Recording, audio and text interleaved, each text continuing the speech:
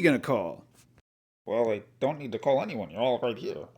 Welcome to the world of Mime Over Matter. And if it was ever said that Hasbro does not give the people what they want, this shows that they know exactly what collectors want and what their fans like. This is Ghostbusters in G.I. Joe O-ring format. This is probably the coolest thing that they've ever done. If they start doing some of their other franchises in O-ring type, like Indiana Jones, of course I'd buy that. All right, so here we go. Let's take a look at our characters. We've got Dan Aykroyd as Ray Stantz, and it looks just like him. It's really good. Then we've got Ernie Hudson as Winston Zeddemore.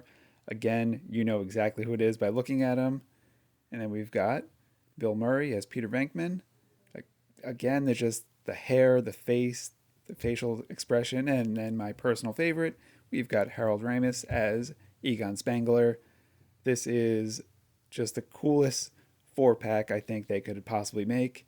And I did mess up the box a little bit, but luckily I did film some footage beforehand, so let's take a look.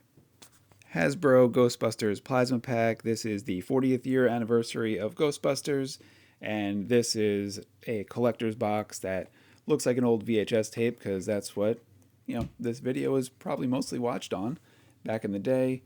It's got the classic letterings. It has the weathered look to it.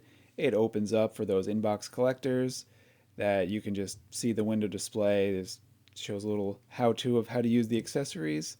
And there is everyone. There are the characters right there. For inbox collectors, I'm not too sure you're going to want to keep this in box because how could you not want to open this up and play with it? So let's get back to the figures. Welcome back. And now that we've seen the box in all its glory, let's take a closer look at these accessories and see the fantastic detail on these absolutely incredible nostalgic figures. And I have to be completely honest, just opening these figures and seeing them, I have never wanted to watch Ghostbusters more in my life. So if this doesn't fill you with all of the Ghostbusters glory, I don't know what will. All right, so for their accessories, the first out is their proton packs, which comes on them in the box. It's like a G.I. Joe backpack, so it moves around. It does come off. We'll take a closer look at that later.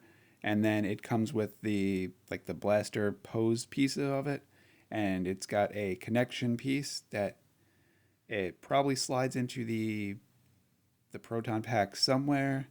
We just got to figure out where, and then he can hold it. And there's a little notch on the holster, so he probably does go in his hand as well and hold on there. And okay, so it looks like on the back of the box, it looks like there's a little spot. Yep, and there it is. There's a little notch that goes on, so there's a little, I want to call it, the technical term is a hoogie. So you find the hoogie, you connect it, and then you're good to go. And then you could put it in his hand, and he could blast those ghosts. And because honestly, that's his job. All right, so now he is armed and he is ready to go. And honestly, so all of the other Ghostbusters figures I have so far, so there's the original Kenner line, and then Hasbro put out a 6-inch Black Series / Marvel Legends compatible size ones, and I never quite liked the blasters on those.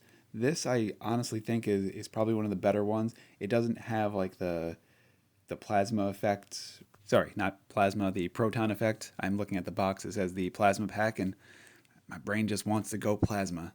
But yeah, I'm not a huge fan of the accessories on the other figures, but this one, just with the ability to put it on his back, actually makes it pretty amazing. And then Ray Stantz has his goggles so that he can see ghosts, see apparitions, and go swimming in the swimming pool and not have to worry about getting chlorine in his eyes. The top 3 most important things to our Dan Aykroyd. And now we have our very own Bill Murray action figure, our Dr. Peter Venkman, and we're just going to put his blaster on. We're going to have to do this with each of the characters just to get them going. So you're going to see a lot of backs, a lot of backpacks. And then let's give him the blaster so that he could hold it. So for Ray, we put it in his holstered. For the other ones, we'll probably put it in the holster as well. And we'll give him there's 2 other accessories. So there's a trap, and then there's the beep, beep, thing. So, and then we have Ernie Hudson, one of the best actors out there. when you see Ernie Hudson in a movie, it's hard not to just be happy with him. Congo is probably my all-time favorite Ernie Hudson movie, and it's just he's Ernie Hudson. He is our Winston Zeddemore. He walks off the streets, he joins the Ghostbusters, and he doesn't think anything of the fact that he now busts ghosts for a living. And now he is all packed up, so let's get him one of the accessories. So I think the one we're going to give him is the trap, because I want to save the last for Egon, because he's the one who's typically using it. So the trap slides in the hand. So when they've got those ghost trap with their blasters, he just slides that trap out and they catch him. He's good to go. And now let's get our Egon ready, our Harold Ramis.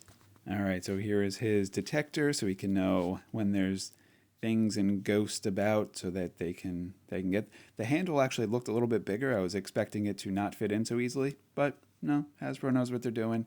And I'd say of all the characters, he's got the most likeness to the actor.